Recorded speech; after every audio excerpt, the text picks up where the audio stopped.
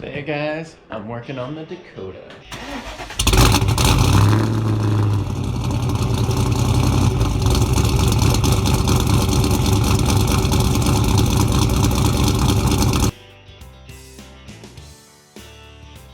I got a whole front end rebuild, some leveling spacers for the front of it. I got new KYB shocks. Those were the best ones that I could get for this thing because parts are kind of hard to find. I would have rather had some Bilstein, but these will do. Just a good OEM replacement. Upper control arms with ball joints and lower ball joints, and obviously the spacers. Alright, and before I start all this, I'm going to measure from the ground of where I'm going to be putting the tire back up. I'm going to go through the center of the wheel and to the top of the arch. And it looks like I have about 33¼ on one side. So, not too bad. I'm going to write it down on one of these white boxes. 33¼ inch.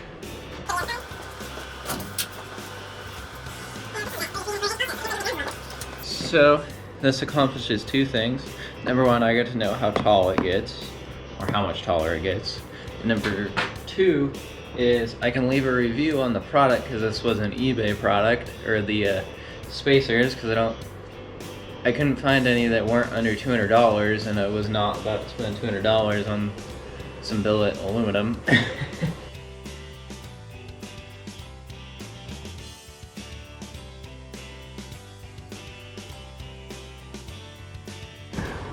A secret trick to the trade is, if you got a bolt that's way too tight and you physically cannot get it off, set this a little bit higher and grab your jack handle, the extended part, and use that if you can. That should give you a little more leverage. Just like that. Another thing that I always recommend whenever you lift up a car off the ground is, what I like to do is I like to throw the wheel under the car.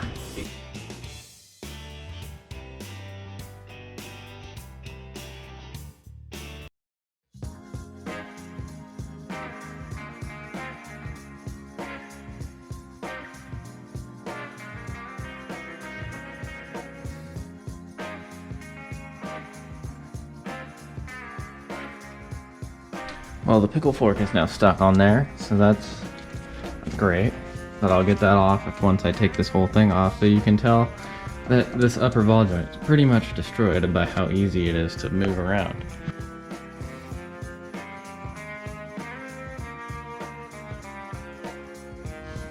Here comes the upper control arm.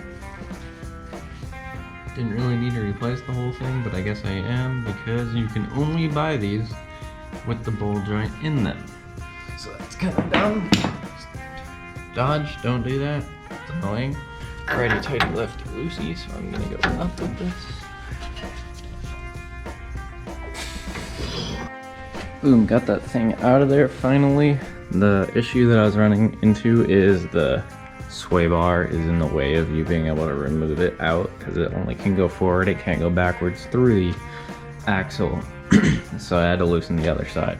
But I got it out now, and now it's time to see if these scary spring compressors work. Make sure you keep the washer on there. Alright, there we go. Finally got one of the KYBs on there. This old one is dented, not only, but it's also broken on the inside, and the shaft is bent. So I'm curious what the previous owners did with this truck, but that's not really okay. That's probably why it's handling poorly. These studs come out. I'm just going to be adding a drop of Loctite for safety, because you never know when things just decide to loosen up, and I'd rather not lose a strut out in the middle of nowhere.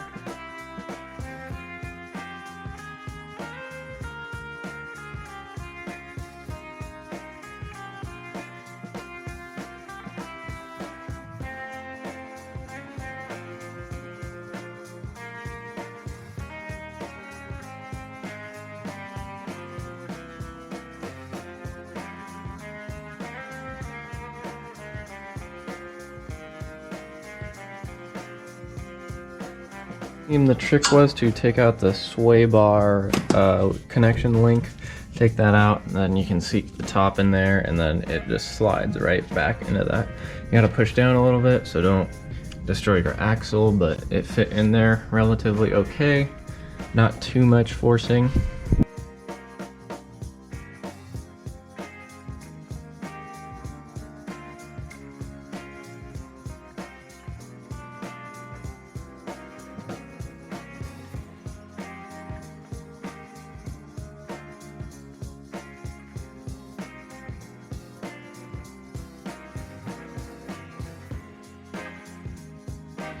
Good telltale sign of whether a ball joint is bad or not is if the boot is cracked and leaking all the grease. That just means dirt is in there now.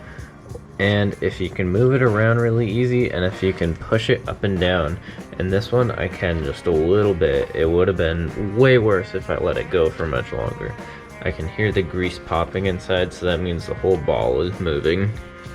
So now we just use the ball joint press, pop it out, and pop the new one in.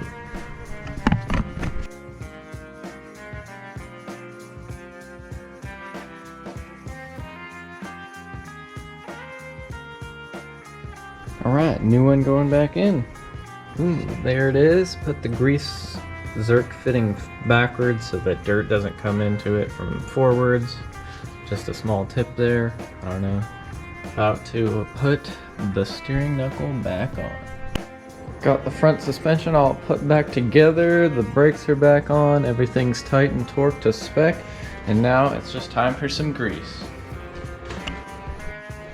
Got all 4 points greased up, and it's time to throw the wheels back on and see how tall it really is.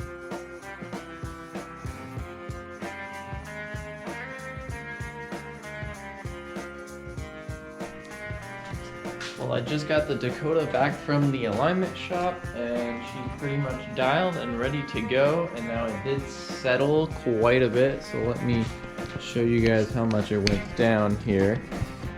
But it pretty much went into the range of where I wanted it to be.